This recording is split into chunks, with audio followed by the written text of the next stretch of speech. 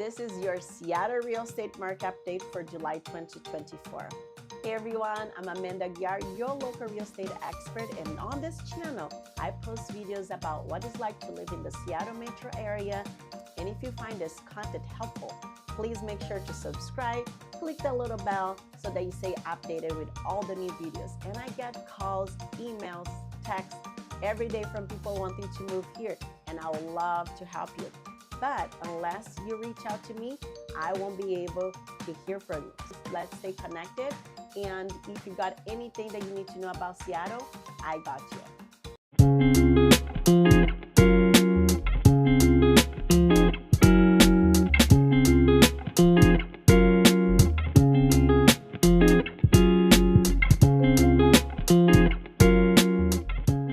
So what's happening in Seattle? Happy summer, and it is finally here. The weather is getting beautiful, and this is the time of the year when me and my husband, we take a lot of time to be outside.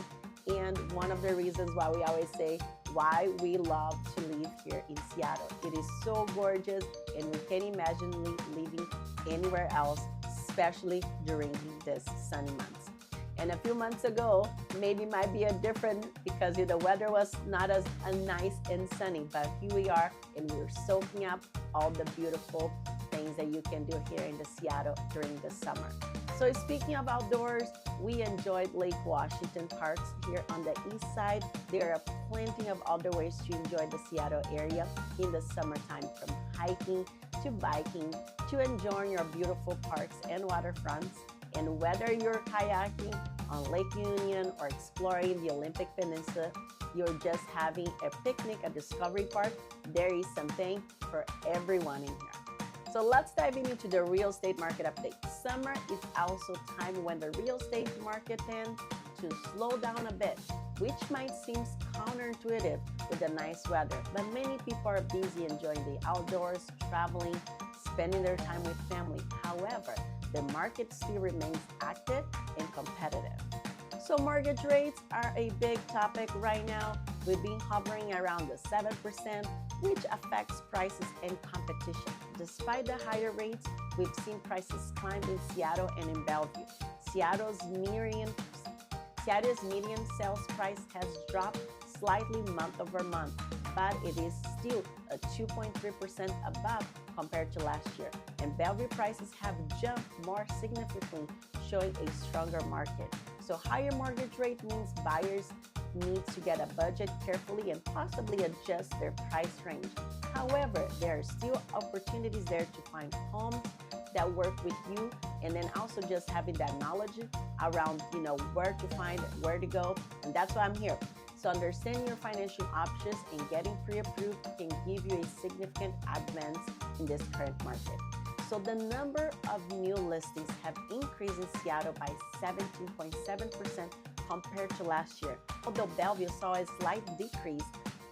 And then the pending sales is about 11% in both areas, including a very strong buyer activity. However, Seattle inventories has an increase of 38% for more opportunities for buying. And this increase in the inventory can provide some relief in the terms of competition, but it also means you need to be quick and decisive when finding the right property.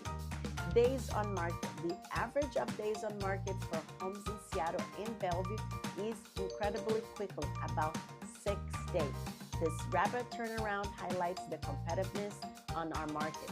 Though it's becoming a little bit less frenzy than the previous years, homes that are well priced and with good condition are still selling really fast. And if you're selling, this is a good time to list your property, because if you're buying, be ready to act quickly and have your financing in order. Let's talk about list price to sell. The price ratio here in Seattle, the homes are selling for about an average of 2.3 above asking price, while in Bellevue, it's about 3.7% above asking price. This means that while some homes are still seeing bidding wars, others might be available or at even below asking price, especially if they've been on the market for a few weeks. It's important to understand the dynamic of each neighborhood, and working with a realtor can help you navigate these nuances.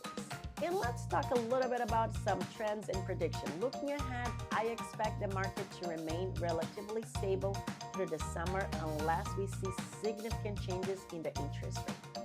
So let's talk a little bit about trends and prediction. Looking ahead, I expect the market to remain relatively stable through the summer unless we see significant changes on the interest rate. This spring we saw a push in listings, but with the interest rate drops now appearing less likely that the market might not pick up much more activity. Election years can also bring some uncertainty to the market, but historically, they haven't had a huge impact on the real estate activity. Buyers and sellers may feel a bit more cautious, but the fundamental demand for housing in Seattle remains strong. And as we move into the fall, we will continue to monitor how these factors play out. So around the new listings and pending sales, we saw more than new listings than last year, as I mentioned earlier. 17% increase in Seattle.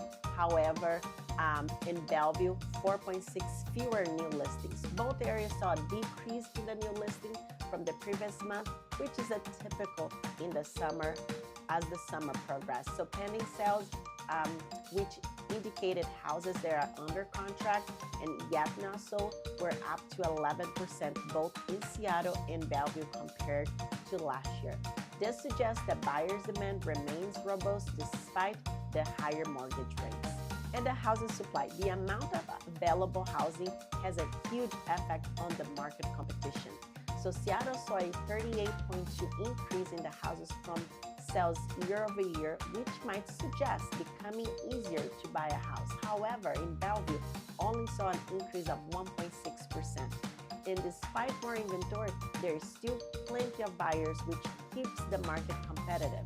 Seattle has 2.4 months of supply, while Bellevue has 1.6 months, indicating that both markets are still leaning towards a seller's market, though Seattle is moving towards a more balanced market.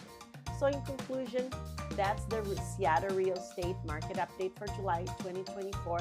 The market's still competitive, but there are more opportunities for buyers now than earlier in the year. So if you have any questions about buying or selling here in Seattle or in the Bellevue area, I would love to be a resource for you. And if you find these videos helpful, make sure you are sharing them with others who might benefit from it. So don't forget to subscribe my channel for upcoming updates and tips of navigating the Seattle real estate market. And as I shared before, we get a ton of calls and emails and text messages from people wanting to learn more about Seattle, maybe moving here, and I'm here to help you. But I cannot help you unless you reach out. So make sure to get one of my informations here on my page, and I would love to connect with you. So I hope that you're having an awesome summertime, and I'll see you in another video. Bye.